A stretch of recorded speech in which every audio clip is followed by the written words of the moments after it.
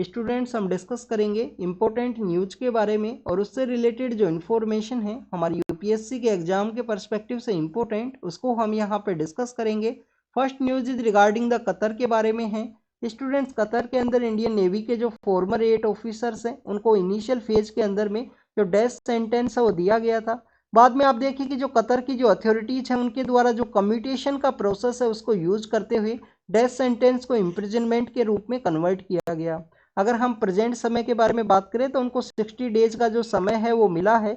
इस 60 डेज के अंदर में उनके द्वारा जो चैलेंज है वो किया जा सकता है कम्यूटेशन के अंदर में जो भी उनको सेंटेंस दिया गया उसके रिगार्डिंग में। हो सकता है कि स्टूडेंट्स आने वाले समय में जो इम्प्रिजनमेंट का जो सेंटेंस उनको मिला है कम्यूटेशन प्रोसेस के रूप में उसको और भी लाइटर फॉर्म के अंदर में चेंज कर दिया जाए। स्टूडेंट्स, आपको यहाँ पे जो पार्डन प्रोसेस है उसके बारे में भी जानकारी होनी चाहिए, क्योंकि पार्डन प्रोसेस के अंदर ही आपको ये जो डिफरेंट टाइप की जो फॉर्म्स है वो देखने के लिए मिलते हैं, जिसके अंदर पार्डन है, कम्यूटेशन का एक प्रोसेस है, एक रेमिशन देखने के लिए मिलेगा, रेस्पाइट और रिप्राइव भी वहाँ पे मेंशन किया गया है।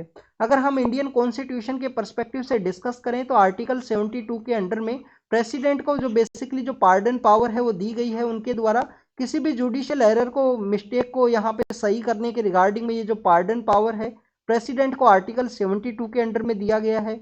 अगर हम यहाँ पे बात करें पार्डन प्रोसेस के बारे में तो आप देखिए कि पार्डन प्रोसेस के अंदर में जो कंप्लीटली आपका जो सेंटेंस है उसको रिमूव कर दिया जाएगा, चाहे आपको डेथ सेंटेंस मिला हो, चाहे 10 ईयर का इम्प्रिजनमेंट मिला हो, तो उसका जो कंप्लीटली रिमूवल है वो पार्डन प्रोसेस के अंदर में कर दिया जाता है। कम्यूटेशन प्रोसेस के अंदर वन फॉर्म ऑफ सेंटेंस को अदर फॉर्म के अंदर में चेंज कर दिया जाएगा, जैसे कि डेथ सेंटेंस यहाँ पे इनिशियल फेज में मिला था इंडियन नेवी के फॉर्मर 8 ऑफिसर्स को, जिसको बाद में इम्प्रिजनमेंट के रूप में चेंज किया गया। स्टूडेंट्स, इसी पार्डन प्रोसेस के अंदर में एक आपको रेमिशन देखने के लिए मिलेगा। रेमिशन के अंदर में जो सेंटेंस का जो टाइम पीरियड है उसको यहाँ पे चेंज कर दिया जाता है। सेंटेंस का जो फॉर्म है वो कंप्लीटली सेम रहेगा। अगर यहाँ पे रिग्रियस इम्प्रिजनमेंट किसी पर्सन को मिला है 12 मंथ्स की रिगार्डिंग में तो उसको कन्वर्ट कर दिया जाएगा 6 मंथ के अंदर में, और आप देखिए कि रिग्रियस इम्प्रिजनमेंट वही यहाँ पे देखने के लिए मिलेगा। इसके अलावा स्टूडेंट्स, एक रेस्पाइट का भी कॉन्सेप्ट है इसके अंदर में, पार्डन प्रोसेस के अंदर ही।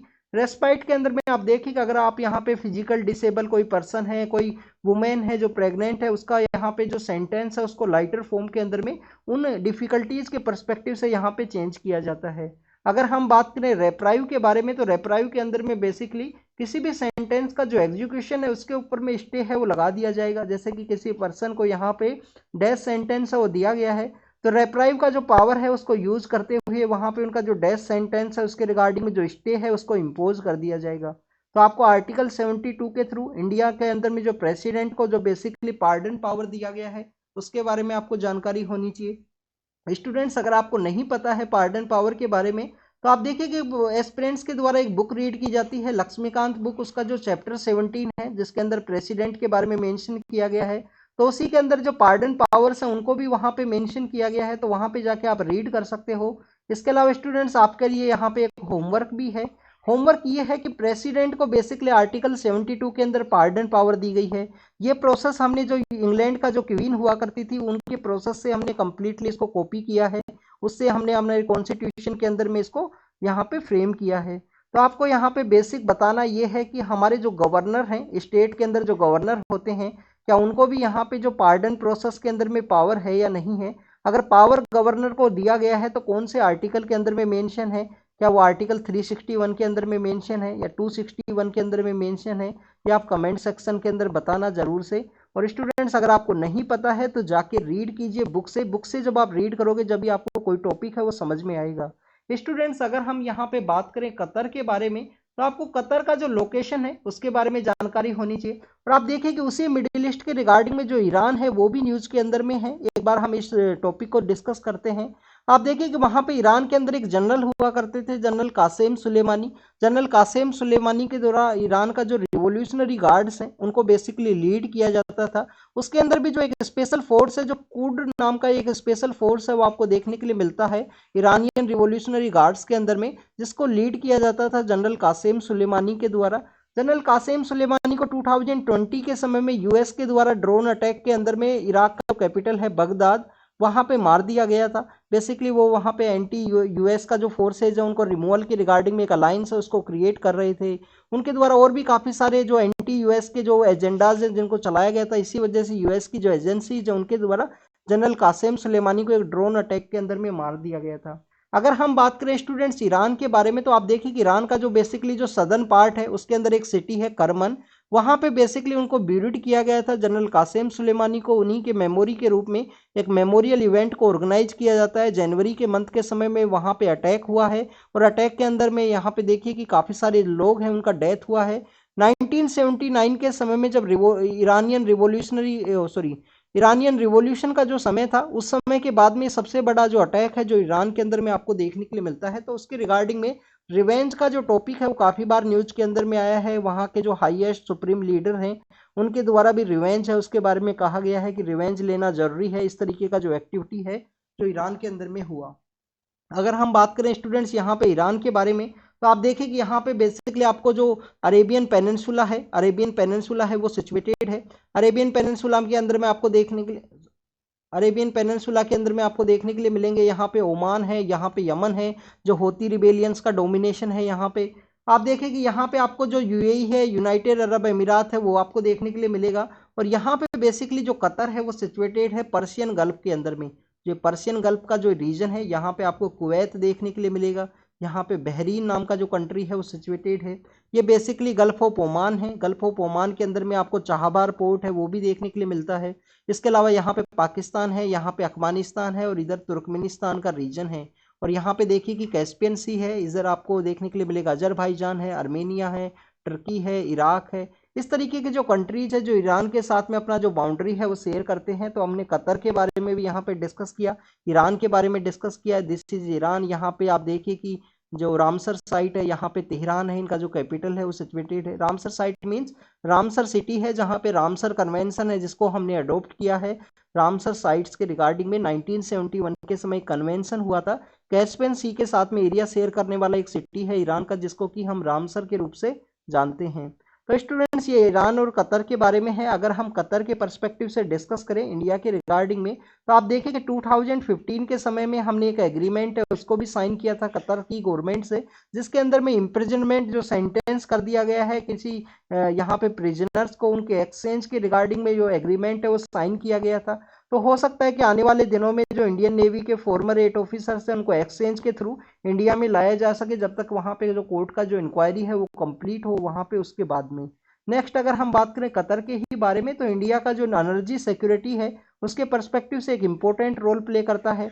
आप देखिए कि 7 लाख के आसपास जो इंडियंस है वो वहाँ पे उनका जो प्रेजेंस है वो आपको देखने के लिए मिलता है।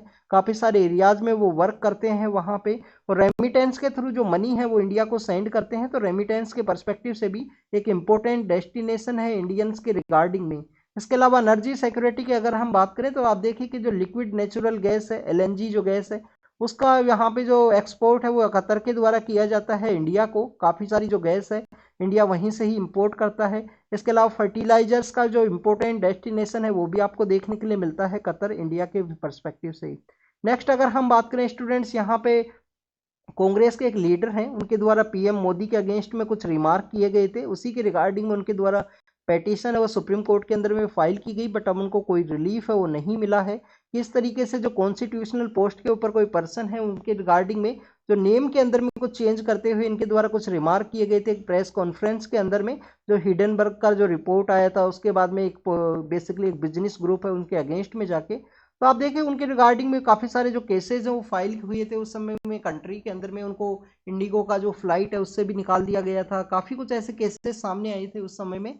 तो उन्हीं के रिगार्डिंग उनके द्वारा सुप्रीम कोर्ट में एक पेटिशन फाइल की गई, जिसके अंदर उनको कोई भी जो रिलीफ है वो नहीं मिला है। हमारे एग्जाम के पर्पज से इतना इंपॉर्टेंट नहीं है। नेक्स्ट अगर हम बात करें स्टूडेंट्स, यहाँ पे बेसिकली भोजताल नाम का जो लेक है उसको दिखाया गया है। भोपाल जो सिटी है जिसको कि सिटी ऑफ लेक्स के रूप से जानते हैं। आप देखिए कि राजस्थान के अंदर एक उदयपुर नाम का भी एक सिटी है जिसको भी लेक सिटी के रूप से जाना जाता है, तो उसके बारे में भी आपको पता होना चाहिए। भोपाल को भी यहाँ पे सिटी ऑफ लेक्स के रूप से जाना जाता है, जो कि कैपिटल है मध्य प्रदेश का। अगर हम बात करें इस फोटो के बारे में, तो यहाँ पे जो भोजताल है जिसको कि अपर लेक के रूप से भी कहा जाता है भोपाल के अंदर में, तो उसी को यहाँ पे शो किया गया है। स्टूडेंट्स आपको बेसिकली आप देखिए कि हमने रामसर नाम का जो सिटी है उसके बारे में डिस्कस किया ईरान का जो कैस्पियन सी के साथ में एरिया शेयर करने वाला जो रामसर सिटी है, जहाँ पे रामसर कन्वेंशन सामने आया था। तो ये जो बेसिकली ये जो भोजताल नाम का जो लेक है वो भी एक रामसर साइट के रूप में उसको रिकॉग्नाइज किया गया है 1973 के कन्वेंशन के अंदर में। इंडिया के अंदर में टोटल 75 साइट्स हैं प्रेजेंट समय में जो रामसर कन्वेंशन के अंदर जिनको शामिल किया गया। अगर हम मध्य प्रदेश के बारे में ही बात करें तो आप देखिए कि भोजताल नाम का जो साइट है उसको यहाँ पे रामसर साइट के रूप में रिकॉग्नाइज किया गया है, जिसको बेसिकली जो परमारा परमारा जो डायनेस्टी हुआ करती थी, परमारा डायनेस्टी के एक राजा हुआ करते थे, राजा भोज, उनके द्वारा इसका जो कंस्ट्रक्शन है वो किया गया था। मालवा का जो रीजन है उसके अंदर में वो रूल किया करते थे 11th सेंचुरी के समय में। 11th सेंचुरी का जो समय है उस समय में जो मालवा का जो रीजन है वहाँ पे वो रूल किया करते थे। परमारा डायनेस्टी के किंग है राजा भोज, उन्हीं के द्वारा ये जो भोजताल नाम का जो यहाँ पे साइट है उसको बनवाया गया था, कंस्ट्रक्शन किया गया था। 105 से लेकर 155 तक उनका जो टेन्योर है वो आपको देखने के लिए मिलता है मालवा के रीजन के अंदर में। अगर हम मध्य प्रदेश की और रामसर साइट्स हैं उनके बारे में बात करें तो टोटल आप देखिए कि मध्य प्रदेश के अंदर 4 रामसर साइट है, टोटल इंडिया के अंदर 75 है हाईएस्ट नंबर ऑफ। तमिलनाडु के अंदर आपको देखने के लिए मिलती हैं 14 रामसर साइट्स हाईएस्ट नंबर पे। तो आप देखिए मध्य प्रदेश के अंदर 3 और कौन सी साइट है, एक तो आपको भोजताल देखने के लिए मिलता है, इसके अलावा सुकैया सागर है, साक्या सागर है, सॉरी साक्या सागर है, सुकैया नहीं है, साक्या सागर है, जो कि बेसिकली माधव नेशनल पार्क है उसके अंदर में सिचुएटेड है, माधव नेशनल पार्क के अंदर में। फिर आपको इंदौर के पास में 2 रामसर साइट देखने के लिए मिलती हैं, वो होलकर डायनेस्टी से उनका जो रिलेशन है वो भी देखने के लिए मिलेगा। एक सिरपुर नाम की साइट है, इसके अलावा यशवंत नाम का जो साइट है वो भी इंदौर के ही पास में सिचुएटेड है।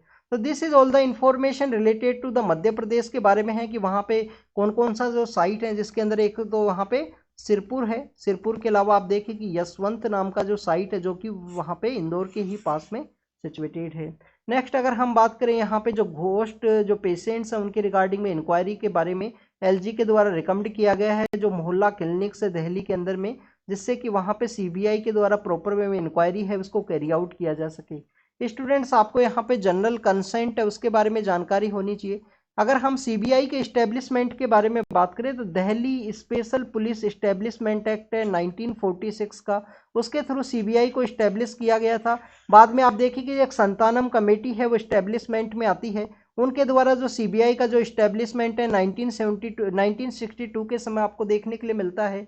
तो उसी सीबीआई को जब भी किसी स्टेट के अंदर इंक्वायरी है उसको कैरी आउट करना होता है तो इसी दिल्ली पुलिस इस्टेब्लिशमेंट एक्ट का सेक्शन 6 है जिसके अंदर भी जनरल कंसेंट है उसके बारे में बात की गई है। तो स्टेट गवर्नमेंट के द्वारा जो जनरल कंसेंट अगर सीबीआई को दिया गया है तो उसी समय में सीबीआई के द्वारा स्टेट्स के अंदर में जो इंक्वायरी है उसको कैरी आउट किया जा सकता है। बट अगर हम बात करें दिल्ली के बारे में तो आप देखिए कि दिल्ली तो बेसिकली यूनियन टेरिटरी है, वहाँ पे एक लेजिस्लेचर है, लेजिस्लेचर असेंबली है उसको प्रोवाइड किया गया है और यूनियन टेरिटरी है। तो एलजी मोर पावरफुल है, यूनियन टेरिटरी के अंदर सीबीआई के द्वारा जो इंक्वायरी है उसको कैरी आउट किया जा सकता है। नेक्स्ट अगर हम बात करें स्टूडेंट्स क्या यहाँ पे जनरल कंसेंट नहीं मिले तो सीबीआई के द्वारा क्या स्टेट्स के अंदर जो इंक्वायरी है उसको कैरी आउट नहीं किया जा सकता। तो स्टूडेंट्स आपको यहाँ पे जानकारी होनी चाहिए कि अगर हमारे सुप्रीम कोर्ट के द्वारा किसी केस के अंदर कह दिया जाए कि यहाँ पे जो सीबीआई का जो इंक्वायरी है वो जरूरी है तो उस समय में वहाँ पे जो इंक्वायरी है वो किया जाएगा। आप देखिए कि हिडनबर्ग का जो रिपोर्ट जो सामने आया था जिसमें शेयर मार्केट के अंदर जो वॉलेटिलिटी का जो सिचुएशन था कि शेयर मार्केट को मैनिपुलेट किया गया, उस समय भी अपोजिशन जो पार्टीज हैं उनके द्वारा डिमांड किया गया था कि उस अडानी ग्रुप के रिगार्डिंग में जो इन्वेस्टिगेशन है वो सीबीआई के द्वारा कैरी आउट किया जा सके। और कल ही हमने उसको डिस्कस किया था कि सुप्रीम कोर्ट के द्वारा कहा गया है कि बेसिकली सेबी के द्वारा जो इंक्वायरी है उसी को वैलिड माना गया है वहां पे सुप्रीम कोर्ट के द्वारा। नेक्स्ट अगर हम बात करें हट्टीज कम्युनिटी के बारे में है, आप देखिए कि उनको एसटी का जो लिस्ट है, शेड्यूल ट्राइब का जो लिस्ट है उसके अंदर में शामिल किया गया। अभी प्रेजेंटली जो हिमाचल प्रदेश का जो हाई कोर्ट है उनके द्वारा ऑर्डर निकाला गया है, उसको स्टे लगा दिया गया है इनको एसटी के अंदर में शामिल करने के रिगार्डिंग में। हत्ती कम्युनिटीज बेसिकली एक डोमिनेटेड कम्युनिटी है, वो आपको देखने के लिए मिलती है जो ट्रांसगिरी का एरिया है उस रीजन के अंदर में, सिरमौर डिस्ट्रिक्ट है उसके अंदर में। अगर हम हिमाचल प्रदेश के मैप के बारे में डिस्कस करें तो आप देखें कि ये जो सदर्न का जो पार्ट है यहाँ पे बेसिकली सिरमौर डिस्ट्रिक्ट है जो कि उत्तराखंड के साथ में अपना जो एरिया है वो शेयर करता है। तो आप देखिए कि यहाँ पे जो आपको हट्टी कम्युनिटी है उसका डोमिनेशन देखने के लिए मिलेगा, ट्रांसगिरी का जो एरिया है जहाँ पे भी सिरमौर डिस्ट्रिक्ट है वो सिचुएटेड है।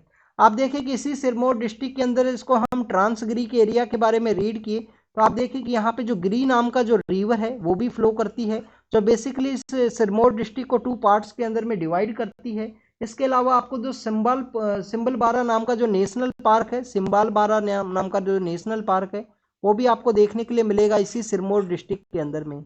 This is all the information related to the Hattis community के बारे में है। रजिस्ट्रार जनरल ऑफ इंडिया के द्वारा इनका एसटी के अंदर में जो इंक्लूजन है उसके बारे में बात की थी। एसटी यहाँ पे हाई कोर्ट के द्वारा बैन लगाया गया है कि किसी भी डोमिनेटिंग कम्युनिटी को इस तरीके से जो रिजर्वेशन है वो प्रोवाइड नहीं किया जा सकता है। This is all the information related to the Hattis community. Manipur के बारे में है, आप देखिए कि मणिपुर के अंदर वायलेंस दोबारा से वहाँ पे इंक्रीज हुआ है, तो उसी के रिगार्डिंग में कुछ न्यूज़ है जिसको मेंशन किया गया है कि कैसे यहाँ पे जो लास्ट राइट्स हैं उनके परफॉर्म करने के रिगार्डिंग में लोगों को एग्री किया गया है गवर्नमेंट के द्वारा। बेसिकली वहाँ पे अभी रिसेंटली कुछ इंसर्जेंट ग्रुप्स के द्वारा कुछ वहाँ पे जो फायरिंग है वो किया गया है, जिसके अंदर 4 पर्सन से उनका डेथ हुआ था मोरिया नाम की जो जगह है वहाँ पे। अब मोरिया के बारे में आपको एक और बात पता होनी चाहिए कि जो IMT हाईवे है, इंडिया म्यांमार और थाईलैंड हाईवे है, जिसका जो ओरिजिन है इंडिया के अंदर में आपको इसी सिटी से देखने के लिए मिलता है। एक मोइरांग नाम की जगह है, मोइरांग नाम की जगह के अलावा आप देखिए कि लोकटक लेक भी है मणिपुर के अंदर में, कैबुल लाम जो नेशनल पार्क है, संगाई डियर है। तो काफ़ी कुछ फेमस चीज़ है मणिपुर के अंदर में। आपको मणिपुरी जो डांस है उसके बारे में भी पता होना चाहिए। क्या मणिपुरी लैंग्वेज हमारा शेड्यूल लैंग्वेज के अंदर में पार्ट है या नहीं है, क्योंकि आप देखें कि लास्ट 6-7 मंथ से मणिपुर कंटिन्यूस न्यूज़ के अंदर में है। तो मणिपुर के बारे में जो भी बेसिक इन्फॉर्मेशन है उसके बारे में आपको जानकारी होनी चाहिए। अब आपके लिए यहाँ पे एक होमवर्क है। होमवर्क ये है कि अभी हमने कुछ दिन पहले फ्री मूवमेंट रिजाइम के बारे में भी रीड किया था। हमने कुछ दिन पहले फ्री मूवमेंट रिजाइम के बारे में रीड किया था कि जिसके अंदर 16 किलोमीटर तक अलाउ होता था विदाउट वीज़ा। जो ट्राइबल ग्रुप्स हैं वो विजिट कर सकते हैं। बट आप देखें कि मणिपुर के अंदर जो वायलेंस हुआ, हमारी जो एजेंसीज हैं उनके द्वारा माना गया कि वहाँ पे म्यांमार के अंदर जो इंसर्जेंट ऑर्गेनाइजेशंस हैं उनका एक रोल था यहाँ पे वायलेंस को इंक्रीज करने के रिगार्डिंग में। तो आप देखिए कि फ्री मूवमेंट रिजाइम का जो सस्पेंशन है उसके बारे में बात की गई है। तो आपके लिए होमवर्क ये है कि जो म्यांमार का जो एरिया है, म्यांमार का जो एरिया है और हमारे जो नॉर्थ ईस्ट के जो कम्प्लीटली ईस्टर्न साइड के अंदर जो 4 स्टेट्स हैं जो आपको देखने के लिए मिलते हैं, अरुणाचल प्रदेश है, अरुणाचल प्रदेश के अलावा आप देखिए कि नागालैंड है, मणिपुर है, इसके अलावा मिजोरम है। और यहाँ पे कौन से स्टेट सिचुएटेड हैं इनके बारे में भी आपको जानकारी होनी चाहिए कि यहाँ पे त्रिपुरा है। तो आप देखिए कि स्टूडेंट्स कौन से ऐसे स्टेट्स हैं जिनके जो अपना म्यांमार के साथ में एरिया शेयर करते हैं, उसके बारे में आप कमेंट सेक्शन के अंदर बताना कि म्यांमार के साथ में एरिया शेयर करने वाले कौन कौन से स्टेट हैं इंडिया के। और नेक्स्ट आपको यहाँ पे इंफॉर्मेशन ये और होनी चाहिए कि इंडिया म्यांमार का जो बॉर्डर का जो एरिया है वहाँ पे कौन सी फोर्स है जिसके द्वारा बेसिकली जो प्रोटेक्शन है उसका जो सर्विलेंस है जिसको कैरी आउट किया जाता है। कभी कभी हमारे यहाँ पे एक क्वेश्चन है जो डिफेंस फोर्सेज के रिगार्डिंग में आपको देखने के लिए मिलेगा कि एक बॉर्डर के अंदर में एक ही फोर्स यहाँ पे होनी चाहिए। एक बॉर्डर के अंदर वन बॉर्डर वन फोर्स का जो कॉन्सेप्ट है काफ़ी बार आपको न्यूज़ के अंदर में देखने के लिए मिलेगा, क्योंकि हमारे काफ़ी सारे ऐसे बॉर्डर्स हैं जहाँ पे 2 फोर्स हैं वो वर्क करती हैं, उनके बीच में जो कोऑर्डिनेशन का जो कमी कभी बार इस तरीके के ऑपरेशंस के अंदर में देखने के लिए मिलेगा। उसी वजह से वन बॉर्डर वन फोर्स को प्रमोट करने के बारे में बात की जाती है। तो स्टूडेंट्स आप कमेंट सेक्शन के अंदर एक तो ये बताना कि म्यांमार के साथ में कौन से स्टेट हैं जो अपना एरिया शेयर करते हैं, और एक आपको वन बॉर्डर वन फोर्स के बारे में पता होना चाहिए। अब स्टूडेंट्स आप पार्टिसिपेट किया कीजिए कमेंट सेक्शन के अंदर में। आप देखिए कि जब पार्टिसिपेट आप करोगे ना, क्वेश्चंस का आंसर दोगे, तो आपको हो सकता है कि वो टॉपिक 3-4 बार हर एक टॉपिक आपको एवरी 10 to 15 डेज के अंदर में रिपीट होता हुआ देखने के लिए मिलेगा न्यूज़पेपर के अंदर में। और इस तरीके से जब आप पार्टिसिपेट करोगे तो आपका हो सकता है कि जो रिविजन है उसके अंदर में भी हेल्प मिले।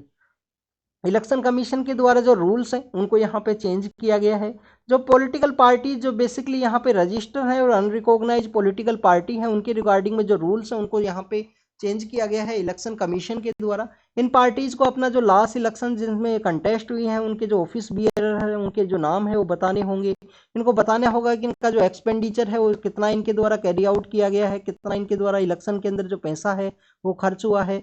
आप देखिए कि हमारे यहाँ पे जो रिप्रेजेंटेशन ऑफ पीपल्स एक्ट है उसका जो सेक्शन 29A है उसके अंदर जो पॉलिटिकल पार्टीज है उनका जो रजिस्ट्रेशन का जो पावर है वो इलेक्शन कमीशन को दिया गया है। इलेक्शन कमीशन के द्वारा जो पॉलिटिकल पार्टीज है उनका रजिस्ट्रेशन किया जाता है। आप देखिए कि इनका जो इलेक्शन के अंदर जो परफॉर्मेंस है उसके बेसिस पे इनको यहाँ पे जो स्टेटस है वो प्रोवाइड किया जाता है। स्टेट पार्टी का, नेशनल पार्टी का जो स्टेटस है वो प्रोवाइड किया जाता है। उसके अलग अलग क्राइटेरिया आपको देखने के लिए मिलते हैं। 2023 का जो समय है उस समय में जो आम आदमी पार्टी है, आम आदमी जो पार्टी है उसको बेसिकली जो नेशनल पार्टी है उसका स्टेटस दिया गया था। तो आपको नेशनल पार्टी के रिगार्डिंग में क्या क्राइटेरिया है, जिसके अंदर आप देखिए 2 क्राइटेरिया आपको डिफरेंट है। एक क्राइटेरिया आपको एक देखने के लिए मिलेगा कि अगर कोई यहाँ पे पार्टी है जो स्टेट के अंदर में 4 स्टेट्स के अंदर में स्टेट पार्टी रिकॉग्नाइज होती है, उस पार्टी को बेसिकली यहाँ पे नेशनल पार्टी के रूप में बना दिया जाएगा। 2 क्राइटेरिया क्या है, 2% सीट जीत ली जाए 3 अलग अलग स्टेट्स के अंदर में। इसके अलावा एक और क्राइटेरिया है कि 4 यहाँ पे मेंबर ऑफ पार्लियामेंट बने। इसके अलावा 4 स्टेट्स के अंदर से 6% वोट हैं जनरल इलेक्शन के अंदर में उनके द्वारा सिक्योर किए जा सकें। ऐसे ही कुछ क्राइटेरिया आपको स्टेट पार्टी की रिगार्डिंग में भी देखने के लिए मिलते हैं, तो इनके बारे में आपको जानकारी होनी चाहिए। कब कौन सा क्वेश्चन पूछ लिया जाए यूपीएससी के द्वारा, इसका पता नहीं है। और आप देखिए लास्ट टाइम आप रिवीजन करने जाओगे तो उससे बेटर है कि क्यों ना न्यूज़पेपर के साथ में इनका रिवीजन कीजिए। नेक्स्ट अगर हम बात करें, आप देखिए कि यूएस के अंदर में इंडिया का जो खालिस्तानी एक ऑर्गेनाइजेशन आपको देखने के लिए मिलता है, उसके एक पर्सन है पन्नून, उनका रिगार्डिंग में कुछ एलिगेशंस यूएस के द्वारा भी लगाए गए थे कि एक निखिल गुप्ता नाम का जो पर्सन है उनके द्वारा उनका असैसिनेशन किया गया। बाद में उनको एक दूसरे कंट्री के अंदर में जो प्रेग कंट्री है वहाँ पे उनको बेसिकली और उनकी अथॉरिटीज़ के द्वारा डिटेंड कर लिया गया था। आप देखिए कि इनिशियल फेज के अंदर उनको काउंसिल सपोर्ट भी नहीं था। उनके द्वारा सुप्रीम कोर्ट के अंदर पेटिशन फाइल किया गया कि उनको बेसिकली जो काउंसलर सपोर्ट है वो दिया जाए, उनको वहाँ से निकाला जाए। उनका बेसिकली जो फूड का जो बेसिक थिंग्स है उनका ध्यान नहीं रखा जा रहा है उस कंट्री के अंदर में। ऐसी जो पेटिशन है वो फाइल हुई थी। एक पेटिशन बेसिकली यहाँ पे रिट पेटिशन के रिगार्डिंग में भी फाइल हुआ कि हैबियस कॉर्पस की बात है कि उनको वहाँ पे डिटेंड किया गया है। हैबियस कॉर्पस क्या है स्टूडेंट्स? हैबियस कॉर्पस आप देखिए कि हमने हदिया का जो केस है, हदिया जो गर्ल हुआ करती है सदर्न इंडिया के अंदर में, उसकी रिगार्डिंग में भी हमने रीड किया था कि उनके फादर के द्वारा उस पेटिशन को फाइल किया गया था हैबियस कॉर्पस के ही रिगार्डिंग में। तो स्टूडेंट्स हैबियस कॉर्पस के अंदर में आपको देखने के लिए मिलेगा to have a body of. इस वर्ड का जो मीनिंग है कि अगर किसी भी पर्सन को किसी के द्वारा इलीगली वे में डिटेंड किया गया है तो उस समय में वो पेटिशन फाइल की जा सकती है। उनको प्रेजेंट करना होगा कोर्ट के पर्सपेक्टिव से कि इस पर्सन को वहाँ पे इलीगल डिटेंड है वो किया गया था किसी प्राइवेट पर्सन के द्वारा या गवर्नमेंट अथॉरिटीज़ के द्वारा। तो उसी के रिगार्डिंग में पेटिशन फाइल हुआ था। अभी सुप्रीम कोर्ट के द्वारा कहा गया है कि उनके द्वारा जो इंटरनेशनल डोमेन के जो लॉज है उसके अंदर में इस तरीके से जो इंटरवेन है वो नहीं किया जा सकता है। उनके द्वारा जो प्रिंसिपल ऑफ इंटरनेशनल लॉ है उसको रेस्पेक्ट करना जरूरी है सॉवरेनिटी ऑफ कोर्ट के पर्सपेक्टिव से। आप देखिए कि आपको यहाँ पे हमारा जो डीपीएसपी है उसका आर्टिकल 51 है, उसके बारे में भी जानकारी होनी चाहिए कि इंटरनेशनल पीस एंड प्रोस्पेरिटी को प्रमोट करने के रिगार्डिंग में जो कानून है जिनके द्वारा इंटरनेशनल पीस है उसको स्टेब्लिश किया जाए, उसको यहाँ पे डीपीएसपी के अंदर में मेंशन किया गया है आर्टिकल 51 के अंदर में। आधार एनेबल जो पेमेंट सिस्टम है उसके अंदर भी फ्रॉड है वो सामने आए हैं। 11% जो फ्रॉड्स के जो केसेज हैं आधार एनेबल पेमेंट सिस्टम के अंदर में सामने आए। ये बेसिकली यहाँ पे I4C का जो कॉन्सेप्ट है उसके द्वारा मेंशन किया गया है अभी अपनी जो रिसेंटली जो रिपोर्ट है उसके अंदर में। अगर हम IC4 के बारे में बात करें तो मिनिस्ट्री ऑफ होम अफेयर्स के अंदर में ये ऑर्गेनाइजेशन है Indian cyber crime coordination centre, जिसके द्वारा अपनी रिपोर्ट के अंदर में बताया गया कि यहाँ पे आधार एनेबल पेमेंट सिस्टम के अंदर भी 11% जो फाइनेंशियल फ्रॉड्स हैं वो सामने आए हैं। पर बेसिकली इनका जो डोमेन है जो एरिया है वो बिहार और झारखंड का जो रीजन है वहीं पे ही सीमित है, जहाँ पे जो बायोमेट्रिक्स है उनका जो क्लोनिंग है वो किया गया, बायोमेट्रिक्स का क्लोनिंग किया गया आधार एनेबल पेमेंट सिस्टम के अंदर में। इस तरीके से जो फाइनेंशियल ट्रांजैक्शन है उसको डाइवर्ट करने के रिगार्डिंग में या उसके रिगार्डिंग में कोई फ्रॉड है उसको क्रिएट करने के बारे में। आप देखिए कि आधार एनेबल पेमेंट सिस्टम के ही रिगार्डिंग में इसके अलावा जो और दूसरे जो साइबर क्राइम्स हैं साइबर फ्रॉड्स हैं उनके बारे में इनके द्वारा अपनी रिपोर्ट में मेंशन किया गया है।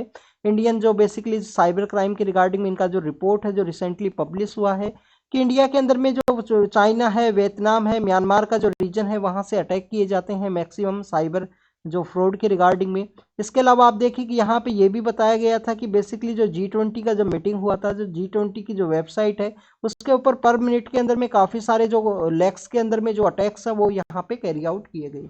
नेक्स्ट अगर हम बात करें civil society under the siege है उसके बारे में यहाँ पे एक एडिटोरियल है जिसको मेंशन किया गया है।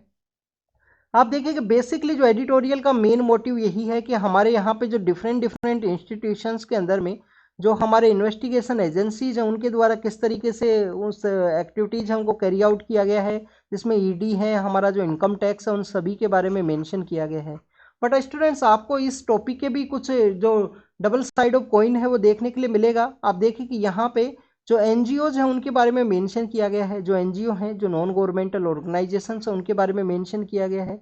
उसके अंदर कहा गया है कि किसी भी सेक्टर का एनजीओ हो, चाहे यहाँ पे एंटी गवर्नमेंट जो एनजीओज होते हैं पॉलिटिकल अथॉरिटीज़ के रिगार्डिंग में, चाहे वो एनजीओ हो, यहाँ पे पॉलिसी के रिगार्डिंग में जो सीपीआर है, सेंटर फॉर पॉलिसी रिसर्च हो, इसके अलावा जो ग्रीन पीस है, डिफरेंट डिफरेंट एनजीओज हैं जिसके बारे में मेंशन किया गया।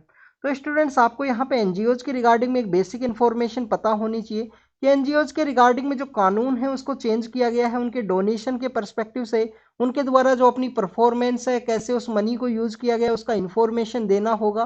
तो उन्हीं सभी टॉपिक्स के बारे में डिस्कस किया गया है, उसको एक बार हम देखते हैं।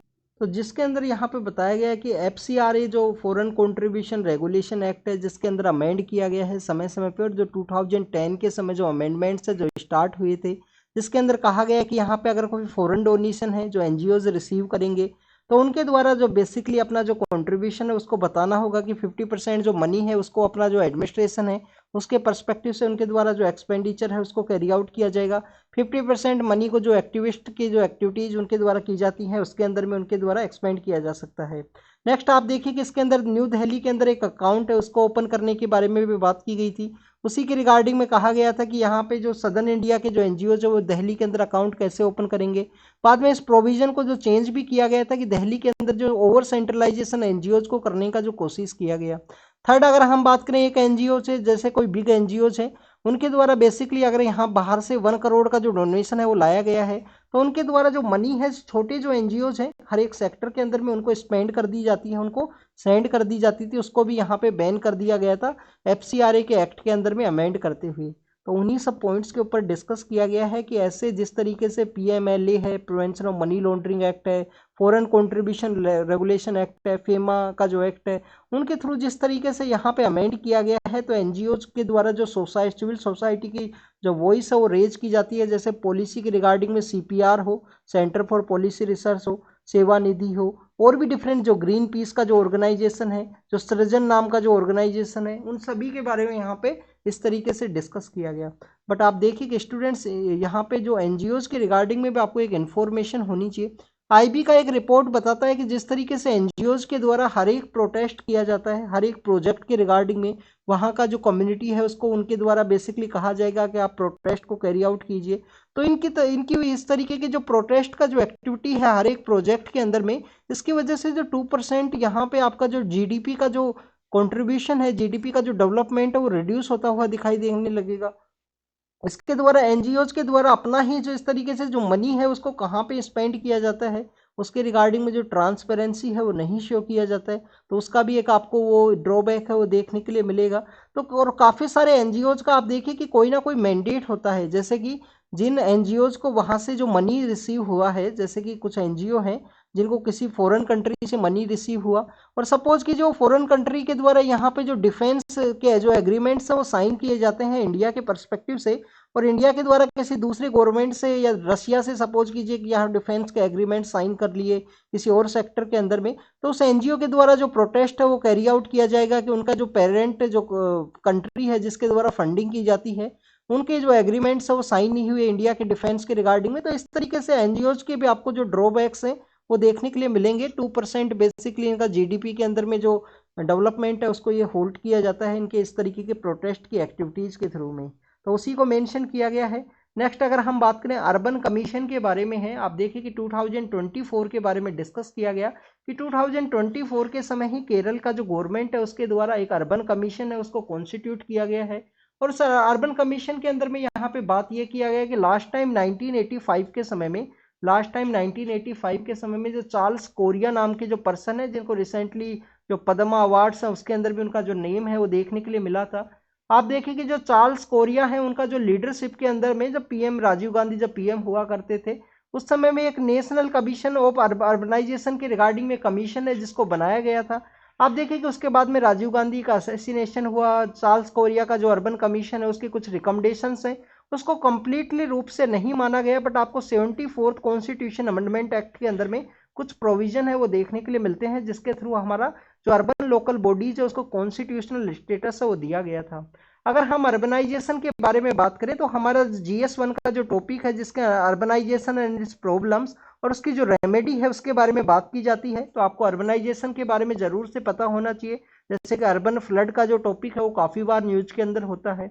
और भी काफ़ी सारे टॉपिक्स है अर्बनाइजेशन के रिगार्डिंग में हमारी जो 3 टायर गवर्नमेंट है उस कॉन्सेप्ट के अंदर में। जैसे कि अगर हम बात करें 74th कॉन्स्टिट्यूशन अमेंडमेंट एक्ट के थ्रू में जो 18 टॉपिक्स हैं वो यहाँ पे दिए गए हैं, 18 सब्जेक्ट्स को दिया गया है अर्बन जो गवर्नमेंट है उसको। बट समय समय पे इस तरीके का डिमांड देखने के लिए मिलता है कि अर्बनाइजेशन के जो एरियाज है उसके अंदर में एक सेंट्रल ऑफिसर है उसको अपॉइंट किया जाए, उसे एक ऑफिसर के द्वारा ही इसको डील किया जाए, रेदर देन इस तरीके का जो पॉलिटिकल पावर्स है वो दिया जाए किसी भी एक थर्ड टायर गवर्नमेंट है उसे। क्योंकि जो डेवलपमेंट है, जो 18 सब्जेक्ट्स यहाँ पे डिलीवर किए गए उनको कंप्लीटली यहाँ पे जो पावर है वो नहीं दिया गया। इनके पास में वो जो फाइनेंस का जो कमी है वो भी आपको देखने के लिए मिलेगा कि खुद का कोई फाइनेंस नहीं है, प्रॉपर्टी टैक्स का जो कलेक्शन है वो उनके द्वारा कैरी आउट नहीं किया जा सकता है, क्योंकि वहाँ का जो लोकल मुद्दा है उनको जो हर 5 ईयर के अंदर में इलेक्शन प्रोसेस के अंदर में जाना होता है। तो इन सब टॉपिक्स के बारे में आपको यहाँ पे जानकारी होनी चाहिए स्टूडेंट्स। अगर हम यहाँ पे अर्बनाइजेशन के ही बारे में बात करें तो यहाँ पे डिस्कस किया गया है कि जैसे जो